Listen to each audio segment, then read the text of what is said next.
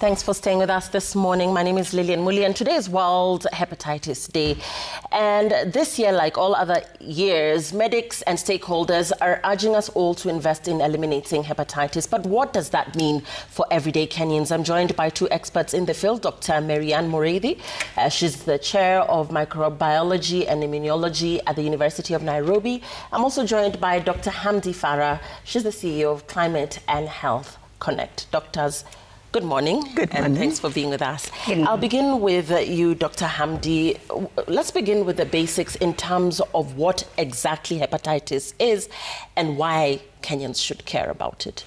All right. First of all, thank you so much. And I'm really honored to be here and also to be with my senior lecturer. And what if I go straight to your question, what hepatitis is? Hepatitis is the inflammation of the liver.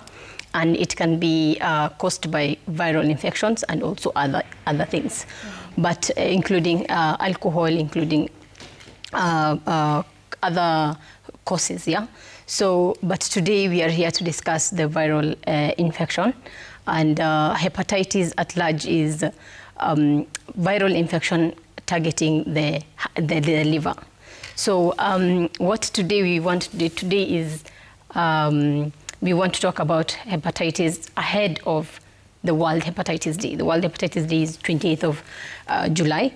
And why we want to literally tackle this is because we want to increase awareness of the public should know what hepatitis is, how to prevent, and also what are the treatments and preventives, including vaccines. Now, Dr. Mureithi, I'll get back to you. Of course, this being the week that we're going to be getting increasingly conversations around hepatitis awareness in terms of the common types affecting Kenyans and the difference between them, specifically when we talk about hepatitis A, there's B and there's C. Please just distinguish between the three and tell us which commonly affects Kenyans. Okay, thank you very much, Lillian, and happy to be here. And I think this is a very important step for all of us, particularly Kenyans, to be aware of our general health. So thank you for having us. So talking about hepatitis, and I'm really excited that we have a whole day of just hepatitis awareness globally. And why we really want to focus on the liver, first of all, the liver is the powerhouse of the body. It does so much, and sometimes you're not even aware what the liver is doing. It's where energy is stored, metabolized, is where toxins, where the blood gets washed, toxins are removed from your body. So we want this organ well preserved and healthy. So hepatitis, as Dr. Hamdi has just mentioned, is the inflammation of the liver, or the liver gets infected. And we do not want this critical organ to be infected. And in this case, it's infected by viruses. And you're right, there are several viruses that can affect the liver. And we have hepatitis A to E. Okay, and people will laugh that scientists are not very creative, but it's important to know that there are various viruses that can affect the liver, A to E, hepatitis A to E. And the most common ones in Kenya, of course, hepatitis A and E, which are spread fecal-orally, so through food contamination or water contamination. And then we have hepatitis B and C, which are also very common. So the way it's spread for B and C, we have blood. It can be spread through either blood transfusion or people who use needles. So we have to be very careful in our salons, in hospitals, and also those people that also have to use needles for drugs transfusion as well. And then also it can be spread through mother to child. So again, during pregnancy, it's very important to go for antenatal care. If you cannot access, we really want to lobby governments to ensure that people can access healthcare at places that they can reach the most, so that we prevent these infections. Dr. Mureithi, you've walked us through how some of this most common types, A and E, are transmitted. What preventive measures should the public be aware of? Fantastic, and that's really key. Prevention is key, and we want to prevent diseases because, end of the day, first of all, why are we preventing? Because, as I mentioned, it's a very critical organ. Two, if the liver is inflamed, and constant inflammation or that cause of infection can lead to liver damage. Right. And liver damage, again, as I mentioned, it's a critical organ. Your body will be affected, your even span of life will also be affected. And most critically, a liver that is infected is very predisposed to liver cancer. And we know that is very expensive to treat cancer, and and most of the times it's fatal. So how do we prevent it? First, what we are doing right now, awareness, what the liver does, and it can get infected. Two, that we can get, there's a vaccine, it's preventable, particularly hepatitis B, and also the vaccines are available throughout, particularly also during the KEPI schedule where children are vaccinated right at birth, and also 3 doses. For adults, you have to visit a health clinic where, again, you may be charged for the vaccine, but we want to lobby governments that these vaccines are available. And again, after preventative measures, vaccines, awareness, you can get tested. And you can be tested at any health facility. And again, it's good to know your status so that you know what to do next. Right. There's treatment. We have antivirals that you can take, tablets that can either suppress the virus or clear the virus completely. And end of the day, you have a healthy liver. Health is life, and we want to ensure that we enjoy our lives and our lifespans. Thanks, Dr. Mureithi. To you, Dr. Hamdi, you work with vulnerable communities, and I want to get your thoughts around the biggest challenges when it comes to testing, awareness, or even treatment. When we zero in on vulnerable communities, marginalized communities, communities that don't have easy access to medical facilities or information. Yeah, so there are so many challenges. The communities we work is the whole of Kenya, and also far to the grassroots communities. So we, last year, World Hepatitis Day, we went to Wajir and we did a project where a whole team from University of Nairobi, led by Professor Anzala, Wellness Institute Trust Organization with Climate and Health Connect, went to Wajir, partnered with the hospital, did 3 days awareness camp, which actually we targeted, as Dr. Marian said, the saloonists, the barbers, so that at least we create more awareness. And in the market awareness day, we got a lot of information because the public had no idea what hepatitis is. Most of them were actually confusing with even yellow fever because of that symptoms of hepatitis. One of them is that the body becomes yellow, the eyes become yellow, and because of that, there was so much confusion. Also, the public didn't know a lot about treatment or vaccine. And what came out from the public were usually the first time they encounter that they are positive is not them going to the hospital. It's just when they are donating blood, which is a routine test to do hepatitis. So the other thing is, the other way they discover is when a mother goes to hospital for delivery, like the antenatal care. So that time is the only time actually a mother discovers, well, I am positive, so what can I do next? And that is not the way it's supposed to be. We are literally having this globally World Hepatitis Day to increase awareness, to tell the public that it's necessary for them to do testing, make it like a habit, for them to do screening, and for them to be vaccinated for those who are negative, and for those who are positive to actually seek for treatment, because this is 100% preventable. So for these communities, the challenges are lack of awareness. Majority don't know, because that was the first time they had ever had mass awareness. We went to radio stations. We actually educated through question and answer from the radio stations. So lack of awareness is one big thing. The other thing is lack of infrastructure, like the health facilities are very far from the community where they're living. So some of the people have to go to miles to travel to the main hospital for testing, which discourages a lot of things, human behavior, like if I have to do, like, anchor a lot of tests. The other thing is vaccines. I had, like, it's expensive some places, like 500. A lot of Kenyans cannot afford 500 to do the screening. So there are a lot of challenges that are happening in the vulnerable communities, especially the grassroots, where there are no good roads, there are no proper health facilities where the refrigerators are there for vaccines. So which now that leads the community now to go straight to the main hospitals or even far places for sick for testing and also for vaccinations. Doctor, thanks for that, Dr. Hamdi. Dr. Mureithi, we want to debunk myths as we talk about the challenge of misdiagnosis when it comes to healthcare in this country. So just going back to what Dr. Hamdi had talked about in terms of symptoms that people look out for, associate with hepatitis, let's talk about the common ones that people should be on the lookout for. And aside from that, the gaps that we're seeing in terms of healthcare workers across the country, whether they're adequately trained to diagnose and indeed treat hepatitis. Yes, that's very important for us to know if you're infected. And one thing we know that hepatitis can be a silent disease, so you could be having it and not know that you're infected. But once it starts pronouncing itself, as Dr. Hamdi has mentioned, there's that yellowness. So your eyes turn yellow, the urine become darker, and some people may, particularly for those who are not aware, can be quite a scary symptom.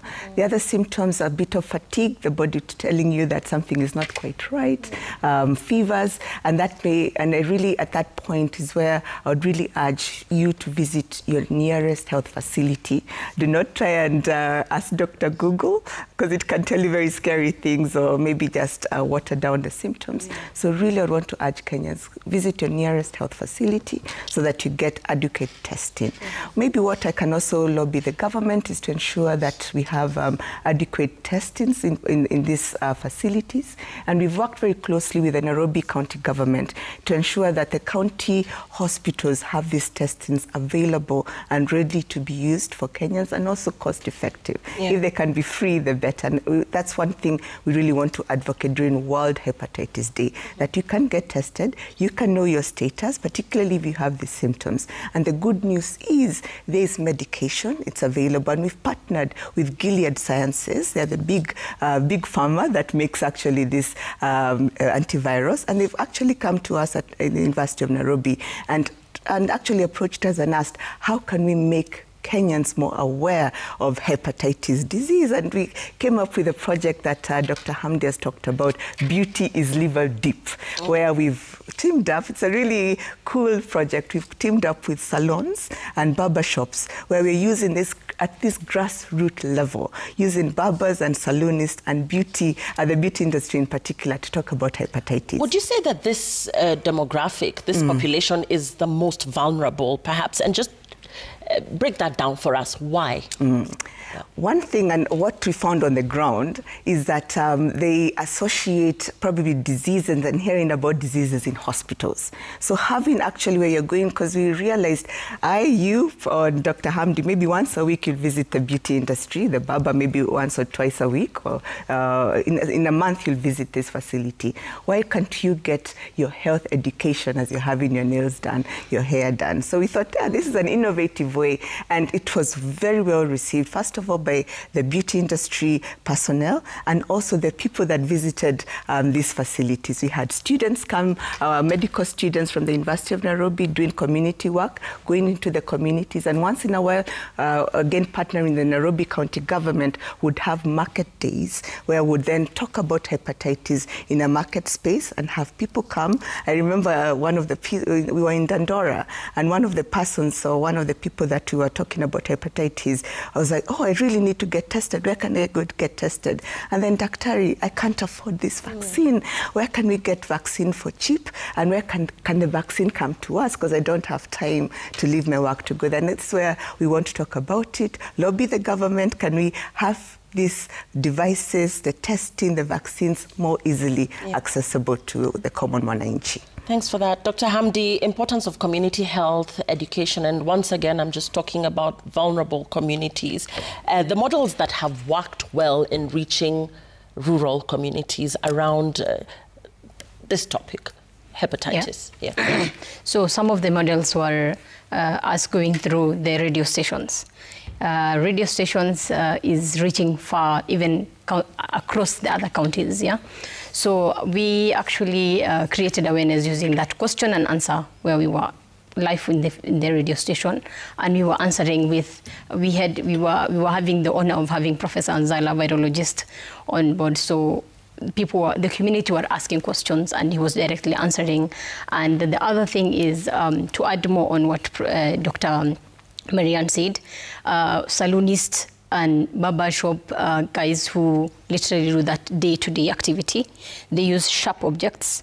So they also we distributed some posters that stick in the salons and in barber shops that carries the message on everything about hepatitis, how to prevent, and it's sticked in their salons so that it reminds themselves and also reminds the people who are getting the service, the clients. And it has 3 languages. It had English, Swahili, and Somali for Northeastern, and the other languages in any county we go. Right. So that actually really worked for us because people are getting enlightened, people are getting educated while they're doing services. The other thing is now in that mass education on the ground, where we had a lot of people came to the tents we were in and asked questions directly, like how do we get vaccinated? There were also a lot of misinformation, myths and misconceptions about hepatitis in the community. So it was easy for anybody coming to the market to just come there and ask, like, okay, this has never happened. So how do we go about somebody who has hepatitis already? How do we go about if I am taking care of, because, you know, as Africans, we have a culture that also affects our day-to-day behavior, which is if we have a loved one that is sick or suffering from any disease, we have that love. We take care of the person with all love. How can we take care of our people still preventing this hepatitis? How can we, like, for example, if I have a sick person in the house, I will take care of this person, but I'll go and, because I am at risk of getting this communicable disease, which is very contagious, and I can get from body fluid, from anything. So how do I protect myself? After taking care of my sick one, I'll go and test myself. If I am negative, get vaccinated. If I am positive, go ahead and get treatment. So those are modalities we are every day advocating for the public actually to take measures and prevent themselves from this deadly yet preventable disease. Dr. Morethi, on vaccine hesitancy, we know that has been a key concern, even going back to COVID.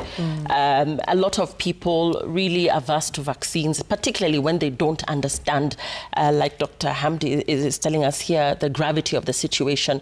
I want us to talk about the prevalence of hepatitis in the society generally, and looking at vaccine hesitancy. Is uptake still low as we approach World Hepatitis Day, and what needs to be done to scale it up?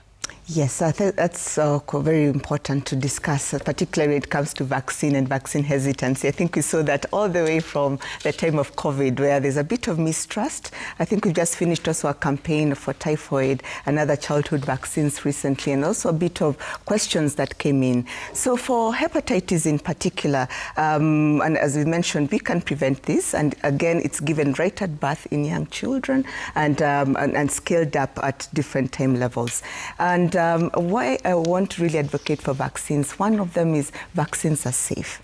They are rigorously tested and tested again with communities on the ground. So we don't just get from the West. They're tested here in Kenya at the University of Nairobi. We have CAV Institute of Clinical Research that has been doing clinical trials, vaccine trials for several years. And we're able to verify that, one, we don't see any side effects. We don't see any adverse effects that can make you probably be quite hesitant. So again, I want to urge Kenyans that the vaccines, not just hepatitis vaccines, but other vaccines that are available and they're safe. Two, what I would also want to break the myth is that once we have these vaccines, vaccines are given to help your body fight any infection that you may encounter at a later time point. So they help boost your immunity or immune cells to help you fight the disease better, to help prevent the disease. So again, taking vaccines can really save your life by protecting you from getting the infection. Again, if you get into close to the contaminated product or consume food that is contaminated, particularly the hepatitis virus, your body will be ready to fight off this infection because you've been vaccinated. So that's key. But unfortunately, if you get vaccinated, there's also treatment. And treatment is available, and we really want to lobby the government. Or if you get vaccinated, you can still be prone to... No. So there's so the vaccines help prevent. Yes. But for the people that are infected, there's also hope in that there's antivirals or medication that is available. And what I would want to take this opportunity is to lobby the government and also other key sectors to work in very close relation with the pharmaceuticals such as Gilead Sciences, Philip Therapeutics that we've partnered with to make sure that this medication is affordable and available to anyone who may be feeling quite lost with this infection. So I really want to urge Kenyans, please get tested.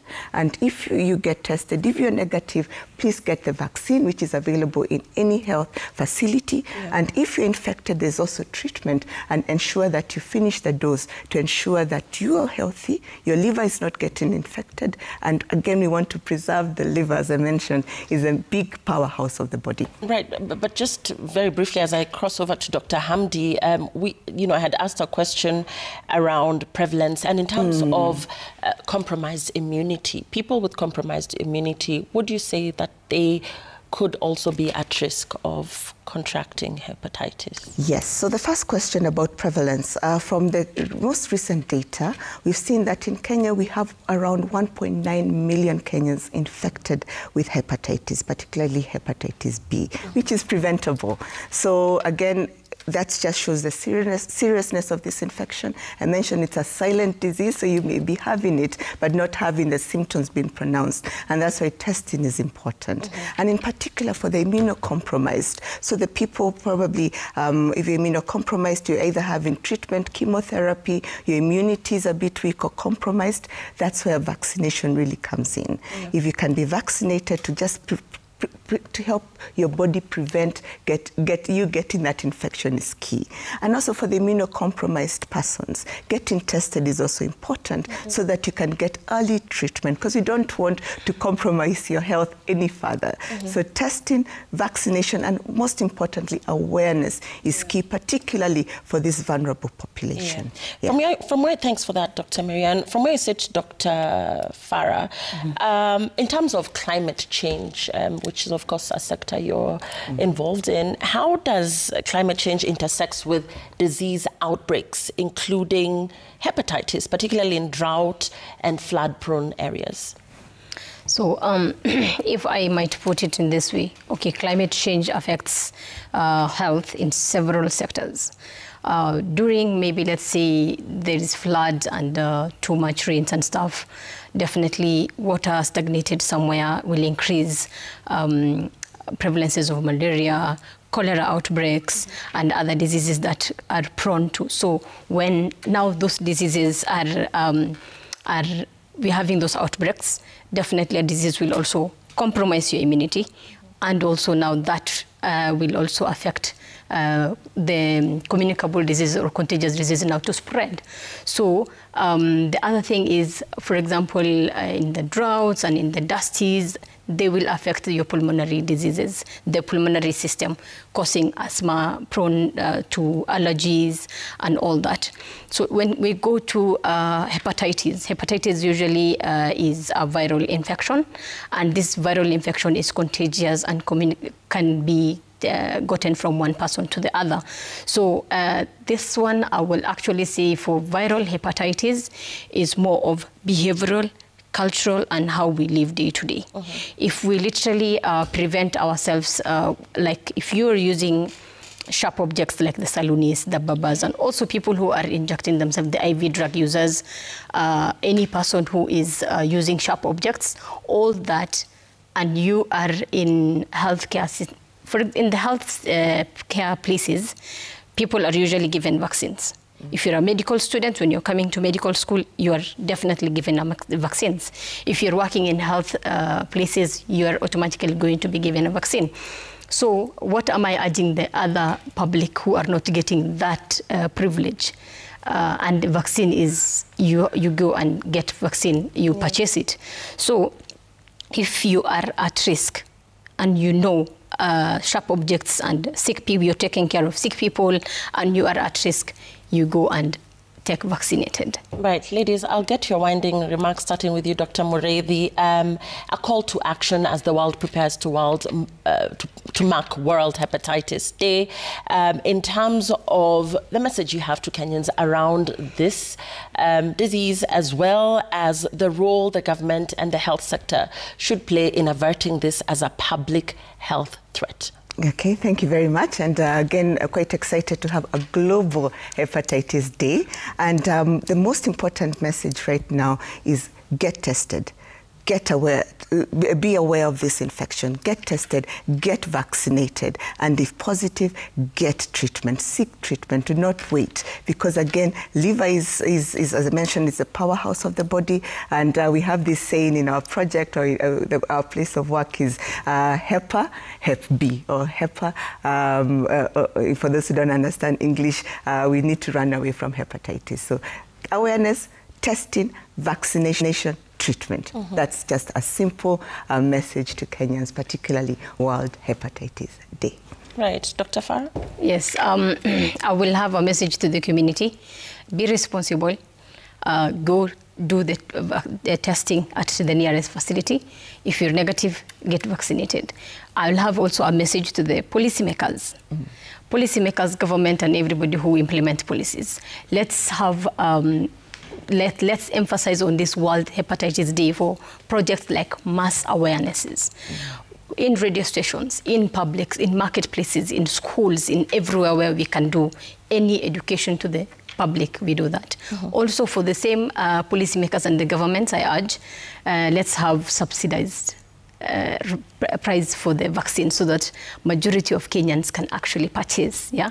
And also for the treatment, all this is inclusive. It will need you to get money out of your pocket. And our economy, you know, we have to have that heavy pocket for us to handle such cases. So I'll actually urge government to have subsidized prices for the larger community Kenyans to actually be able to purchase the vaccines and also to get treated. Right.